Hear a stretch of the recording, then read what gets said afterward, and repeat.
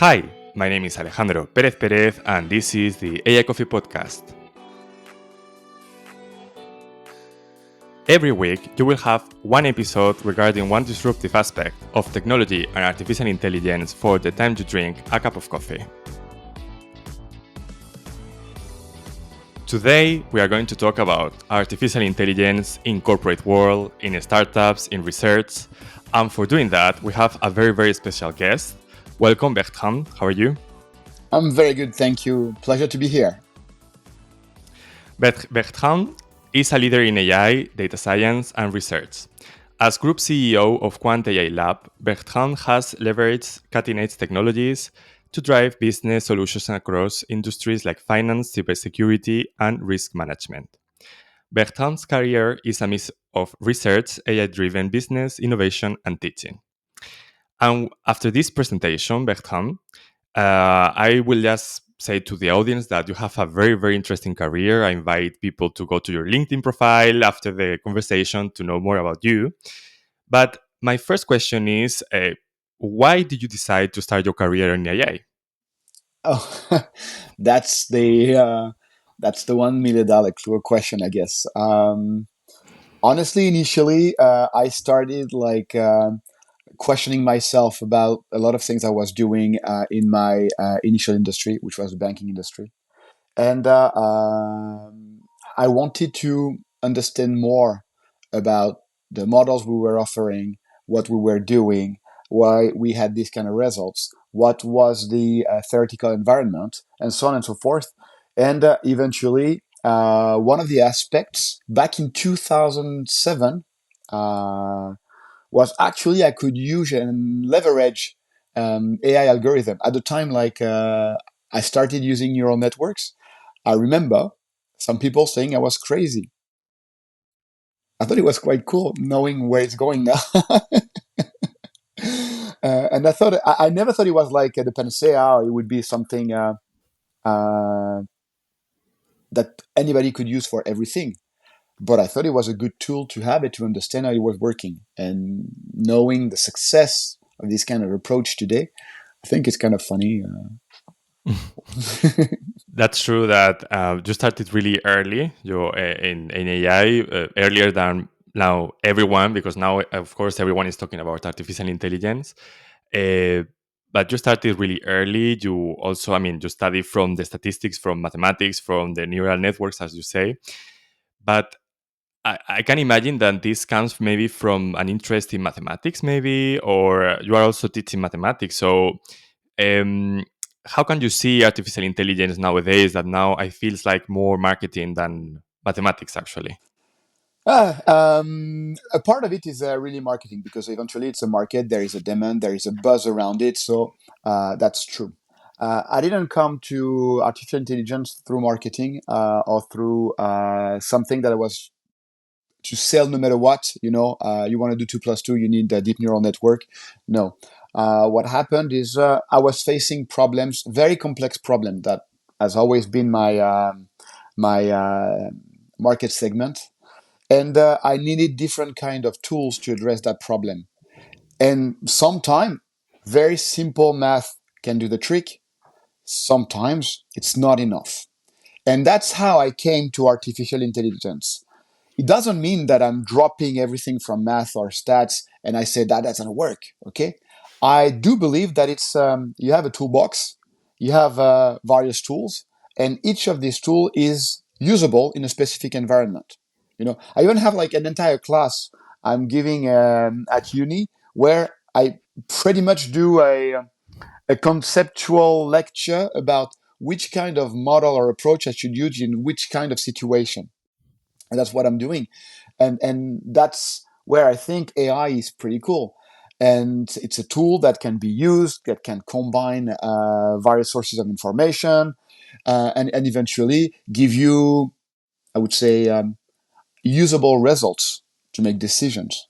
Okay, but it has its own limitations. Okay, it's not, something that is perfect, that gives you the truth. It's just a tool. Hmm.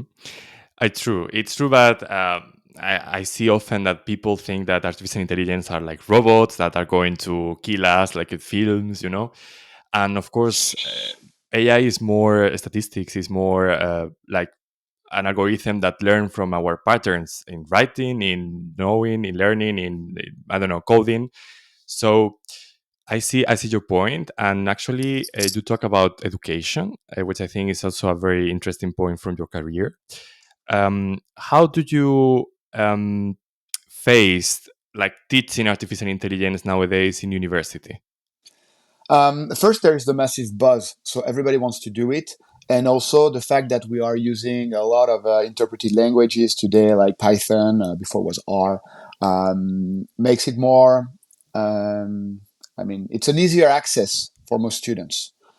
However, I always start the same way. My lectures first is like I'm trying to blow the smoke around it, where everybody thinks it's robot. The fact that you have artificial intelligence, the word itself is super commercial. Mm. You know, you would say ordinary least square to parameterize a linear regression. It would be a lot less sexy. You know, the word artificial intelligence itself is super sexy. So that's the first thing. The second is I explain immediately that when we talk about that, we talk about mostly algorithmia. What it means is like when I have a phenomenon, whatever is that phenomenon, a leak in a tank, a fraud, a weather forecast, okay, you have variables that are actually have to occur simultaneously in a certain manner so that this phenomenon materializes. Okay? Then you need to find weight for these variables. Okay? And when you think about it, this is the algorithmics. That's where you use an algorithm to basically combine these explanatory variables, these drivers, these factors, so that you can represent properly and adequately the phenomenon of interest. That's nothing else. I'd love it to be more complex. Okay, I'd love it because it's super sexy, and when it's super complex and when people don't understand it immediately, like you think you're clever. I don't think that. I'd love it to be more complex, but there is nothing complex about it conceptually.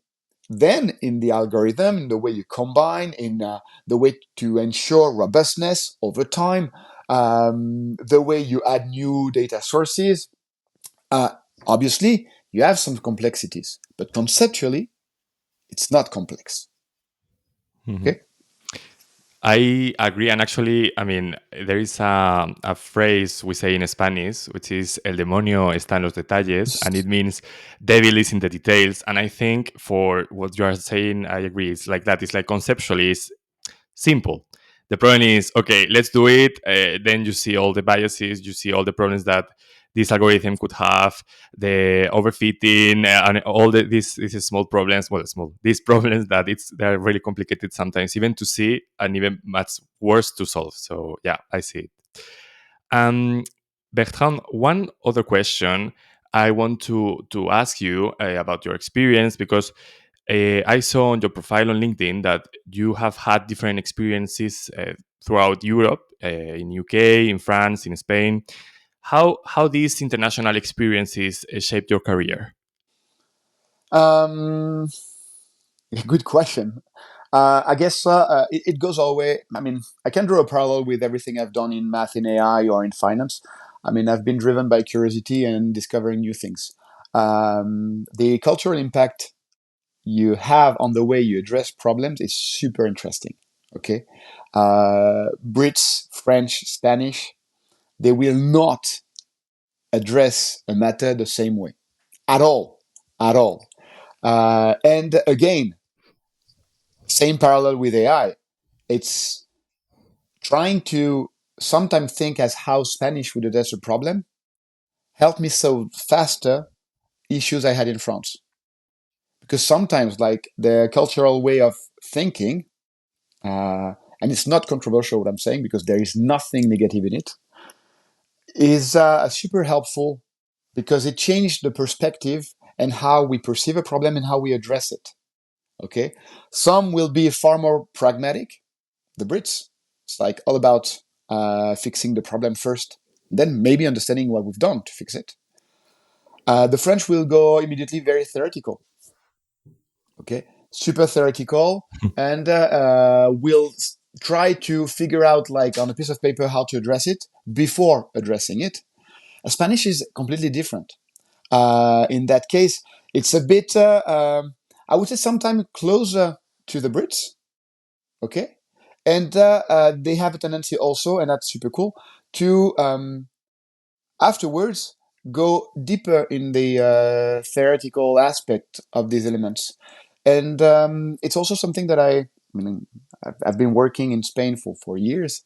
And it's something very positive I've seen moving in Spain on these aspects, where more and more the curriculum have improved, and the guys I met are actually very, very, very good, and they can bridge the two world of pragmatism and theoretical aspects. Mhm. Yeah, it's a good approach. Actually, I agree with you. I studied in Paris. Well, I just told you a couple of minutes ago, and yeah, it's the perspective. It might be different, even though we are close in the same continent, and history is not so different from the two countries. But in math, particularly, I saw a lot of differences because, like, part of the modern math was invented by French people, so all these analysis and all of this stuff, French people do like it a lot, and it's true that maybe we in Spain are more practical or more pragmatic in that sense, but Indeed. it's interesting to know these differences. Oh, it And indeed. I had the occasion to work like in Brazil. A Brazilian, they are impressive, but like pretty much every country or every people I've been working with from other countries, like you take the Romanians, in math they are unbelievable, unbelievable. The Brazilians, spectacular. But like you take guys from Cuba, you take guys from Algeria, Morocco, guys from obviously like the usual suspect, China, South Korea, South Korea, scary, scary. mm, I mean, scary. And if you combine like these people, and you start like addressing problem with the way they tend to solve them, it's more tools, more way of thinking. You go faster, you go more accurately.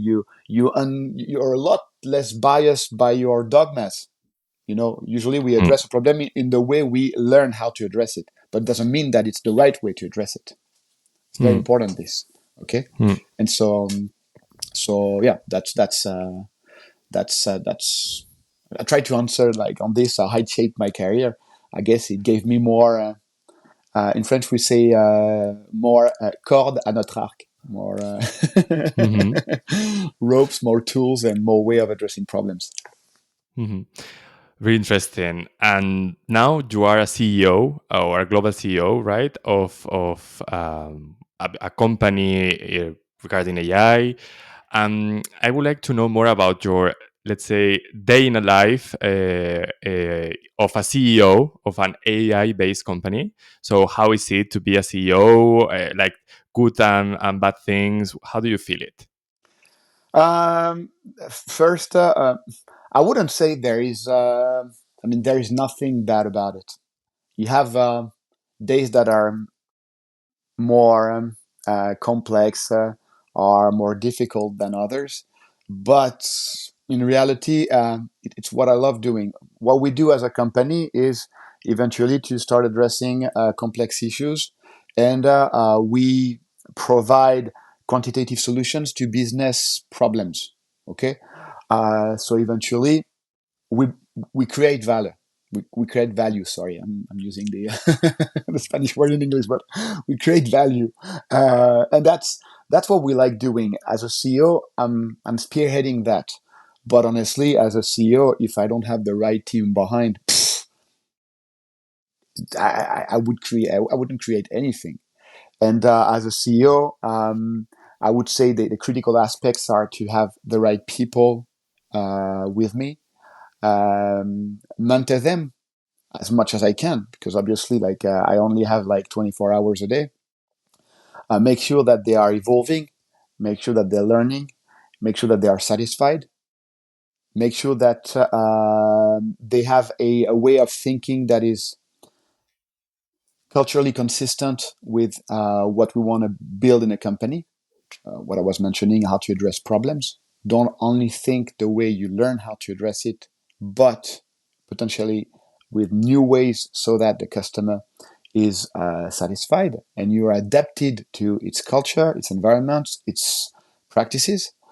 Um, so that's what I'm trying to spearhead. I'm very hands on. I'm very, very hands on. I don't think I'm a micromanager. Actually, I hope my colleagues, I would say colleagues, not employees, I wouldn't like them to think that I'm micromanaging. I'm very hands on in the sense that, I'm like a battlefield captain, officer. I'm not a general like sitting in my desk saying, "Hey, we're going to send the men to die there." No, I go with them. And I'm trying to be the first one to go to the front, to the battle, to meet the customer, and to help methodologically on how to design a potential solution. And more and more, I'm trying to give the opportunity to the team members to drive themselves this customer, the project, and to find solutions. That's the critical aspect of my job is to have the right team. To have the Hmm. right team. Okay. Also, as I'm on the specific market, extremely complex problems. Um, I mean, there is no time to get bored. Honestly, boredom is not part of the job. Okay. Too much work is part of the job. Boredom is not. Uh, Mm. you know what? I love your question, but I'd like to. I try to get some feedback from the team, but I'm super interested in what they would have to say about like how they perceive my job on these aspects. I hope that's what I'm doing for them or what I'm trying to achieve seems sufficient because I don't like this kind of like labels, people, person or not, but I genuinely believe, and though we are in the business of artificial intelligence, that the key aspect of the job is how you manage men, how you understand them, how you mentor them, how you make sure that they can develop themselves, how they can learn, and how they have a fulfilling job. Okay, it's not easy. Huh? It's not easy. The human capital. I don't like that word because it sounds like it's a financial resource, but in reality, like the team members is what make a company great or not. Hmm. Okay, I see. uh, retention is really important. It's what matters. It's what matters. Hmm. One question actually that I had for the end of the interview, but you were talking about people, and I think it's very relevant to go to this point now. Is which kind of people do you usually like hiring in your company? So on this specific business of Quant AI Lab, knowing that we are addressing super complex problems, something that sometimes have not been addressed or not properly addressed. I like people, curious people. It's not a matter of like diplomas. You need a technical background, obviously, but I want curious people, people that are able to, or not afraid, more than able, to start from a blank sheet of paper. Okay, we're talking about most of our customers. They're coming and say, "Okay, we tried to do that, we failed once, twice. Why you would do it differently or better?" Okay, so we have to think, sit down, brainstorm, and start usually from a blank sheet of paper. So that's the main characteristic. Then second, I want team players. I want team players. People that are. I mean, I'm a basketball player, basketball coach. I've been doing that for ages. And what is important is like, for example, when your teammate is being crushed by his opponent, you go and help him, because otherwise the team goes down. Okay? You make that effort. And that's the kind of mindset I want, all in the same boat. We need to row at the same pace, same way to go faster. And obviously, like rowing is a very good parallel, because you need to be super precise, super coordinated, rowing in the same way. And you cannot, if you're part of that team, um, let yourself chill a little bit when the others are working. So that's the two things: curiosity and team player. Technical background is obvious, but you find it. Mhm. Mhm. And it's true that I mean, from my perspective, it's very difficult to know all technical details, because in this world, every time, every month, there is a new tool, a new, I mean, method, a new library in Python that is new, that is trendy. So it's complicated to be updated, like in all different technical aspects. But it's true that if you're in a team, I get the point. Like, okay, you could be really good at I don't know, data cleaning, for example, and it's okay because maybe there is another person maybe creating the model, the machine learning model, because I mean, you It's cannot learn impossible. about It's everything and impossible. be the best in everything, of course. No. Mm, true. And can you, Bertrand, now that we have been talking a bit about Quant AI Lab, can you explain for non-technical people, that is part of my audience in this podcast, what do you do, and with maybe some real-world examples, just for Yeah, them to sure. understand the value of your company? For example, logistic business, something that the team has done. Big kudos to the team. We had to make the relationship using video flows between the size of parcels and their weight. Okay.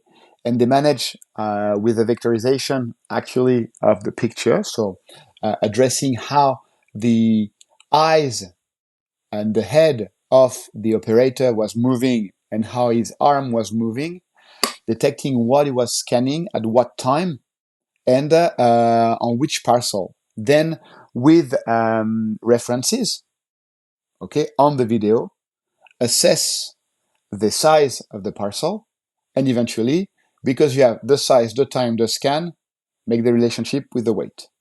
And that allows you immediately reducing shipping errors, optimizing the uh, loading of trucks. That's the typical kind of things. So that's a typical use case, super successful. What you have behind is a computer vision, like pure deep learning models. It's quite cool, but that's a typical one. Then we have everything related to analysis of causal chain on risks. Okay, what triggers the materialization of a massive event? How do you understand that? How can you mitigate it? How can you prevent it? How you um, make sure that you have identified all the characteristics, all the drivers, and typically on this one, when we talk about causal AI, it's sometimes tricky, okay? Because you have not only to identify the relationships, but also assess the magnitude of this relationship. Strong one, weak one. Do you have a certain threshold? These elements are not related. It's suddenly you breach a threshold and they become completely related. That's typically what we have to do. Deep reinforcement learning is something that we do. For example, when you want to, so some of the project, because a lot of our customers are asking for exclusivity on what we offer, which is a commercial issue.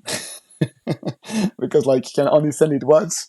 But typically, like when you use like deep reinforcement learning, the idea is to create something that is functioning in a dynamic environment. What is a dynamic environment? The state of nature is changing all the time. The and you need to adapt to that, to the evolutions, okay, and to make sure that the decision you're making is consistent with the evolution of that environment, okay. what I like with this kind of algorithm is initially it's not math, it's not computer science. It comes from psychology. I mean, it was the idea of to understand how the human brains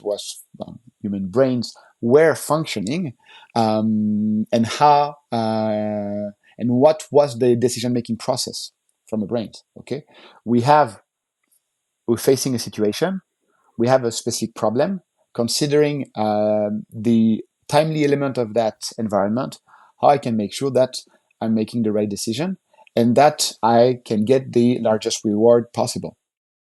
Okay. Uh, Eventually, I like to draw the parallel with like the education of kids. They come home, they have a good grade, you give a piece of chocolate. Okay, they come home, they have a bad grade. I'm going to stay politically correct, but you tell them that it's not good. Okay, and you try to motivate with positive reinforcement the fact that they do their homework and they have good grades. Okay, with a positive reward. Okay, that's the way it works, and you can use Mhm. that in many environments. Okay, what is good with that is it allows you addressing something that is typical in an AI environment. When we use AI algorithm, we usually train it on past data. Okay, but sometimes past data are very quickly obsolete. Okay, and it's obsolete by human intervention. I like. I mean, we work a lot with fraud. I mean, in various environment, payments, cards, applications, a lot of fraud use cases. And when you detect a fraud, what do as a human being, as a manager? You put a control in place. What does the fraudster? He adapts translation in terms of data. The data before the way adapted are pretty much obsolete. They're not going to bring you much information about how it's behaving today. So eventually, the selection of the uh, sample of information that is relevant to train an algorithm has to be taken into account. And this is typically our job. When I say bringing quantitative solution to business issues, that's typically it has a fraud problem. We understand the behavior of fraudster. We understand the internal behavior of the customer, how he put controls in place, how he measure that, and we try to build solutions that are adequate considering a dynamic environment.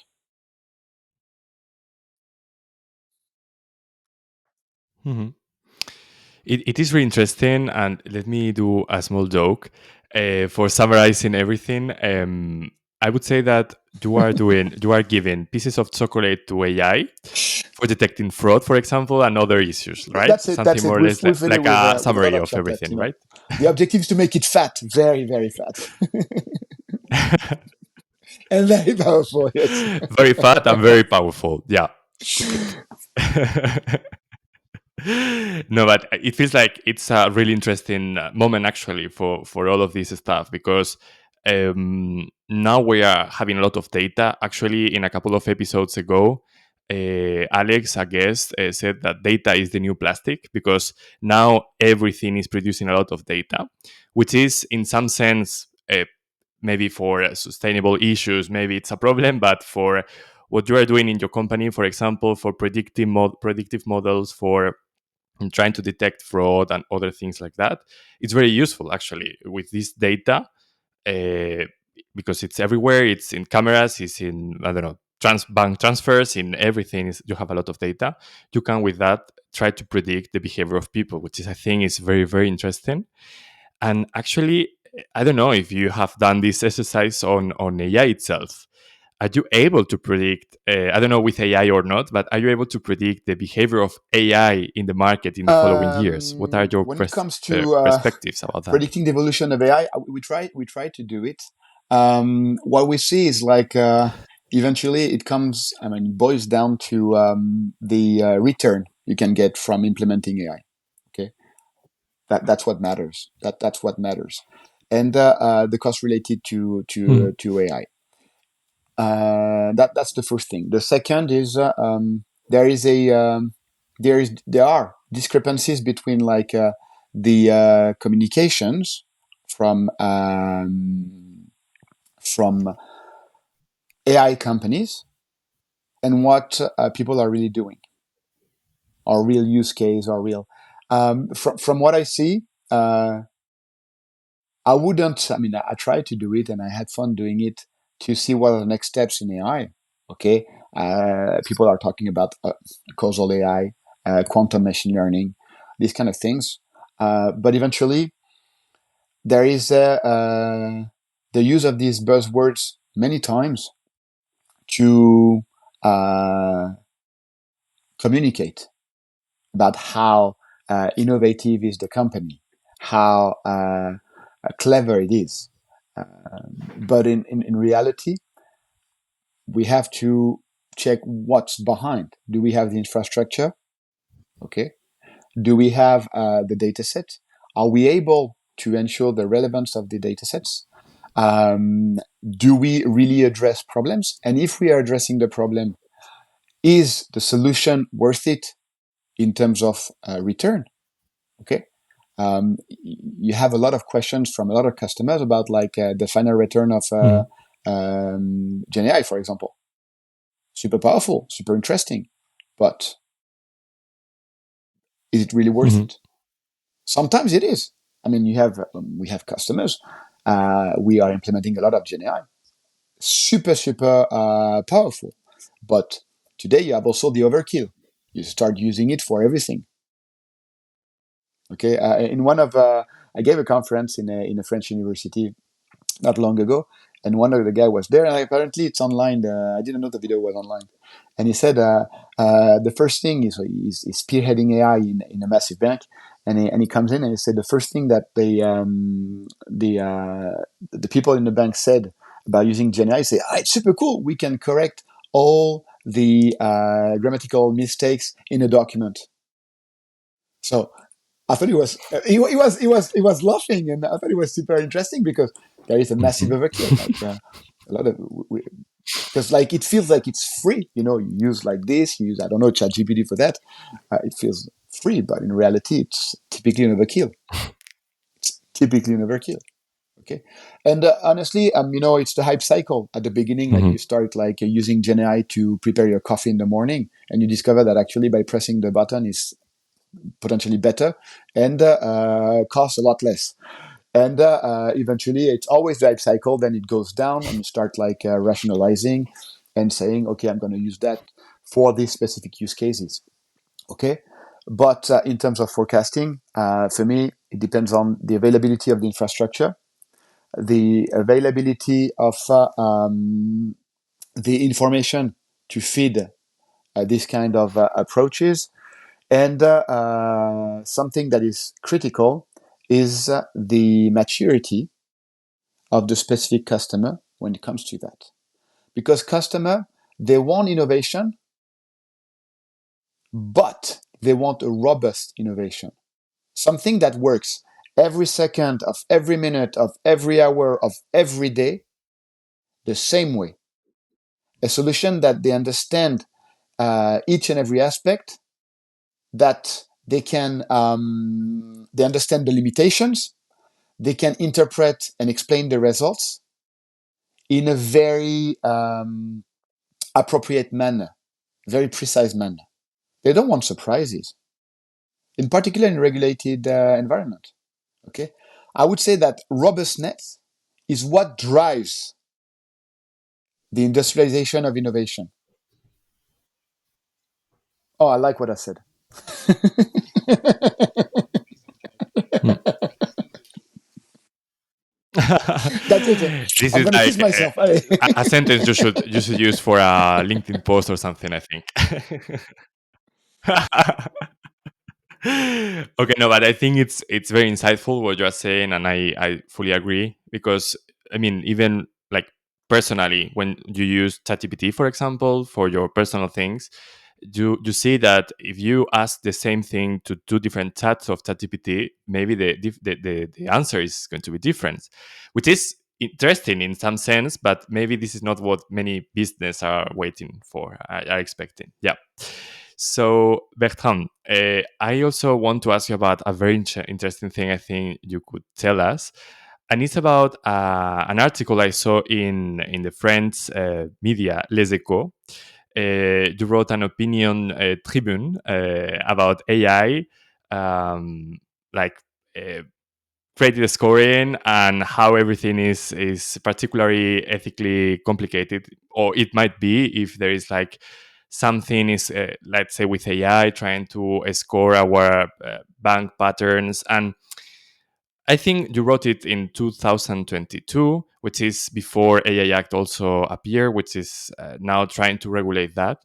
Can you say your opinion about that? Because I think it's very, very interesting for the audience that maybe many of them in the audience, or maybe myself, could be afraid of being now tagged with all the data we have about, I mean, like if we are going to commit fraud, of course, this is irrelevant, but maybe for most other issues that maybe are only, I don't know, like a lack Yeah. of So on identity this Tribune, actually, there was and a yeah, can you paper explain that? before in a very young journal that was AI and Ethics, and I just did something that was, I mean, started as a joke. I wanted to understand it from a database used for credit scoring. I could not predict necessarily the credit worthiness of the targeted customer, but in a first stage is gender. And for international databases in countries where actually you have ethnical group classification, to which ethnic group was belonging the targeted customer. And I discovered that actually, because eventually when you do that, you remove the label from the gender or from the ethnic group. I just used other data sets and other fields to traditionally used for credit scoring to see if I could predict the gender or the ethnic group, and up to 98% with the yeah, that was the precision, if I remember well, something like that. I could do it. So basically, you give your information to the bank, and I know if you're a man or a woman. Mhm. And in the US, for example, to which ethnic group you belong to. And so it means that it's mechanically your data are socially biased. Okay. And in the paper I wrote, I actually make the distinction between socially and societally. Socially, it's potentially discrimination. Okay. And societally, the moment where it becomes accepted by society, because it's so normal that you don't even understand that it's a bias. Okay. The fact that you have a gender gap. Okay. You go on the Office of National Statistics in the UK, it's public. The gender gap per ethnic group. The moment you have a gender gap that is public, it's reflected in the data you're going to feed your bank when you apply for a loan. And mechanically, it's going to trigger some kind of discrimination. And also, you're also potentially discriminated, but it's mechanical. Huh? And when I say discrimination, it's not in a, it's negative, but it's mechanical in the sense that, for example, like you have someone applying for a loan with these kind of characteristics, eventually the loan is denied. It becomes a point in your data set, okay? And when you're going to use the algorithm, as these characteristics have been classified as denied, eventually you're going to be denied as well, okay? It's mechanical, okay? So to give kudos to the Wow. banks, they're trying to reduce that bias. They're really working super hard on these aspects because it's not an easy one. It's not an easy one. Okay, eventually, like, let's say you start like providing loans to people that are with respect to former characteristics potentially are more likely to default. Eventually, that risk taken by the bank will have to be covered some other way. So capital charge, these kind of things. So it's completely dynamical in the fact that if you move something, it impacts something else. Also, eventually, if you start approving for something riskier, let's say you have a pot of money to provide, but it's somebody else that's going to cut potentially. So it's not easy. But the first aspect that I want to make clear is, Hmm. and I don't want to scare anyone, but we know everything about everyone. Transactional data. I mean, it's not conspiracy theory. It's just mechanical. Okay, uh, yeah, provide a lot of information about yourself. LinkedIn, Mhm. basically, you know everything about everyone. You have to unbias it from, I would say, communicational aspects. Okay, because everybody's super good on LinkedIn. Okay, every company. You have a lot of marketing campaign, you know, using that. But eventually, you have a lot of information about a lot of people, and a lot of information, most information is actually socially biased, mechanically, because we are living in a society. It is biased.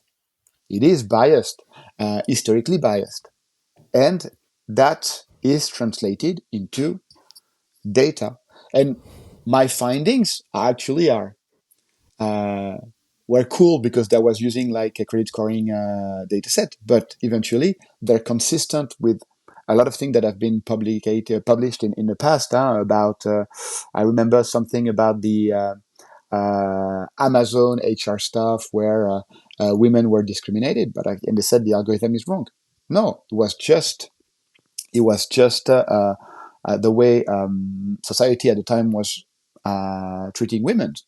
You had the same in the U.S. about African Americans ended up in jail, and you used like um, the people in jail at the time in the U.S. to start assessing the likelihood of someone ending up in jail, and it's mechanically biased.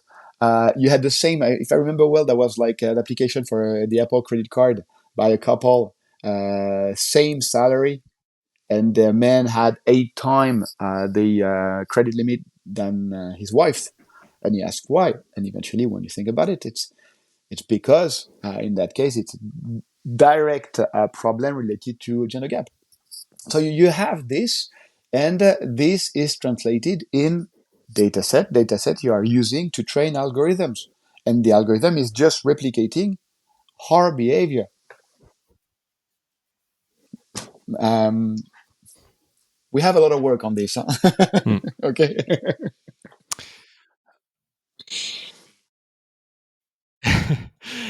Yes, I see the point, but we No. cannot finish the episode with this like negative idea you said, because of course I agree that if we use historical data for training the algorithms, of course, for example, if in a company, in a bank company, all the directors or the CEOs are men, if we are using this historical data for trying to take to hire the new CEO, the new director, of course this algorithm is going to say that the best one it would be a man rather than a woman because the historical data says so.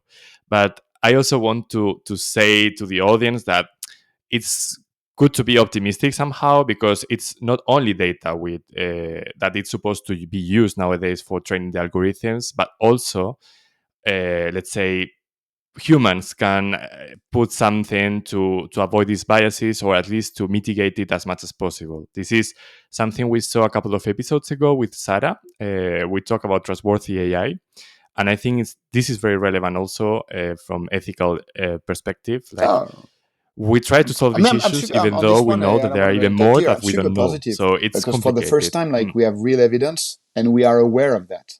I mean, compared to 10 years ago, we are super aware of that. Now we know.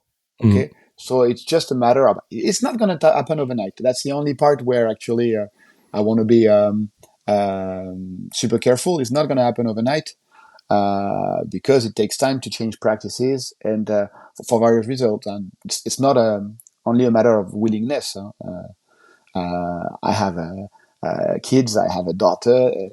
I don't want to live in a place where actually, or in a world where she's going to be discriminated. But um, what I see is like we are super aware of that, and we know for a fact that people are working on solutions to unbias, to have better proposal in terms of how to address a matter, considering that society was biased before. So now I think awareness is the first step. Real awareness is the first step. Okay. Once we know, it's the level 0, and now we can build on how improving things. It's not gonna happen overnight, but we already see in our societies a lot of improvements. We can do better. We all can always do better, but it's really improving.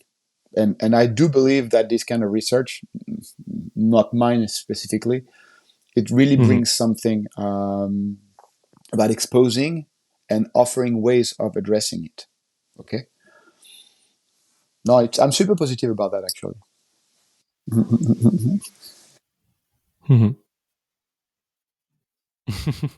No, I mean it's good to be positive and Indeed, aware of indeed. everything. This is like the let's say optimal point from my point of view. Yeah.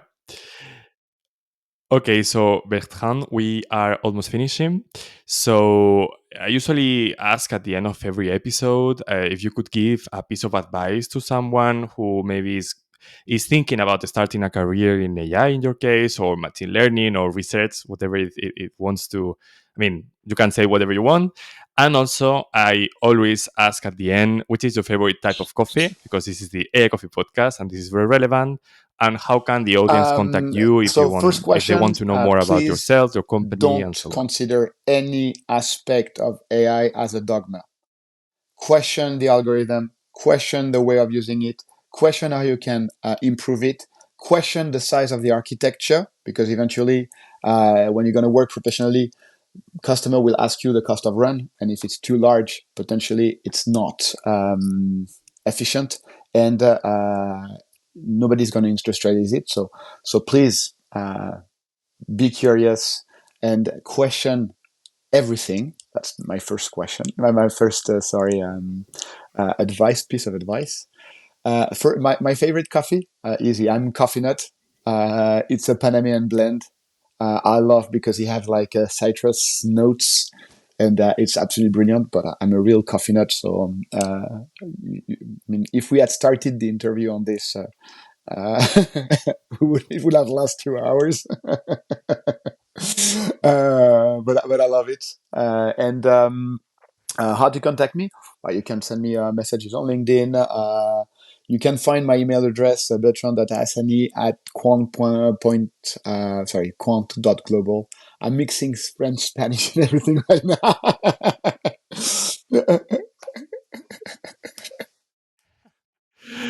Don't So worry, it's going to be your easy, LinkedIn easy to profile in the contact description me, of the episode. or through. So yeah, I think it's You easy can that find my way. email Mhm. addresses for the various university where I teach. They are fairly public, and even my Gmail is public. So happy to answer any question. To have a coffee with anybody interested, and to just share.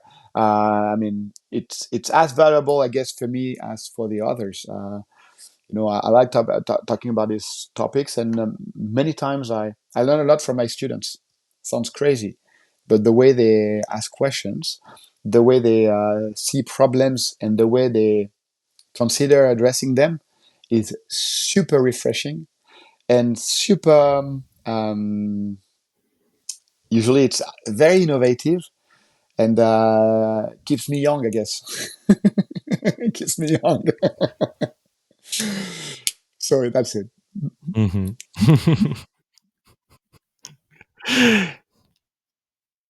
Mhm. No, no, it's pretty nice. Pleasure. My pleasure. So now we are finishing. Thank you very much for the time. And thank you also for you that are listening, watching us. If you liked it, please subscribe, give me 5 stars, comment if you have some questions, follow us on LinkedIn, and let's see on the next episode. Bye bye.